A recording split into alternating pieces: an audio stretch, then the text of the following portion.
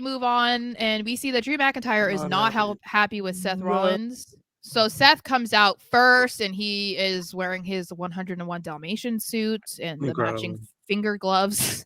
And basically, he just eggs on the crowd because they wanted to chant CM Punk, because most of them had probably already seen that viral video of his response to Punk coming out on Saturday. And he just is like, yeah, okay, get it out, blah, blah, blah.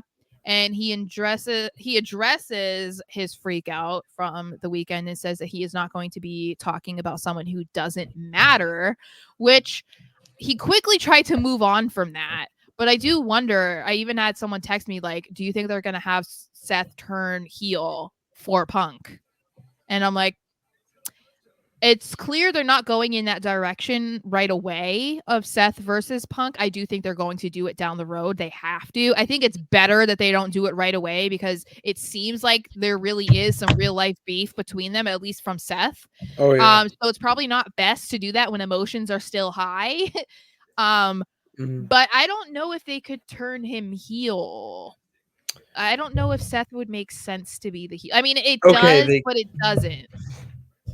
It does in the sense that it can be because they just chant CM Punk now, and they're not chanting his song. Well, they did last, but yeah, it would be. But it was interrupted. It would be questionable, I think. Like I said, emotions are high, and you can say that for the fans as well. They're so excited that CM Punk is back, so it's like, of course, Punk has to come back as a good guy, because it didn't make sense otherwise. But I feel, I think it has to happen weeks, like months from now. Like, it can't happen right now. No, but it would be interesting, because I could see Seth being the bad guy. I think that it's just funny because, like, his stance really is like, I think that they have, or he at least has some sort of ill feelings towards Punk for whatever reason, because I don't know what happened. But I think also part of it, I think, is going to be from a business standpoint for Seth, that he has an issue with Punk, because Seth has, other than Roman, basically carried the company, for like the last 10 years. And he should have been the guy over Roman, in my opinion.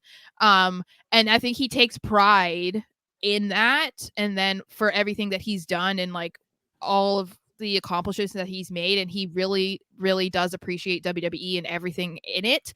And so when then people like Punk, who obviously for the most part had like their career projectile forward because of WWE, hearing him go out there and just say like negative thing after negative thing after negative thing, even as recently as just a couple months ago, I think he takes issue with that. Yeah, he takes it personal. So I think that might be like, whatever their personal beef is, like I said, I don't know. I feel like this is just like on top of that, and that's why it's like so heated between them. That's just my take. It's got to be the WWE shit talking on top of, I think, just Punk's history in different companies, and how Seth has been Mr. Loyal wherever he goes.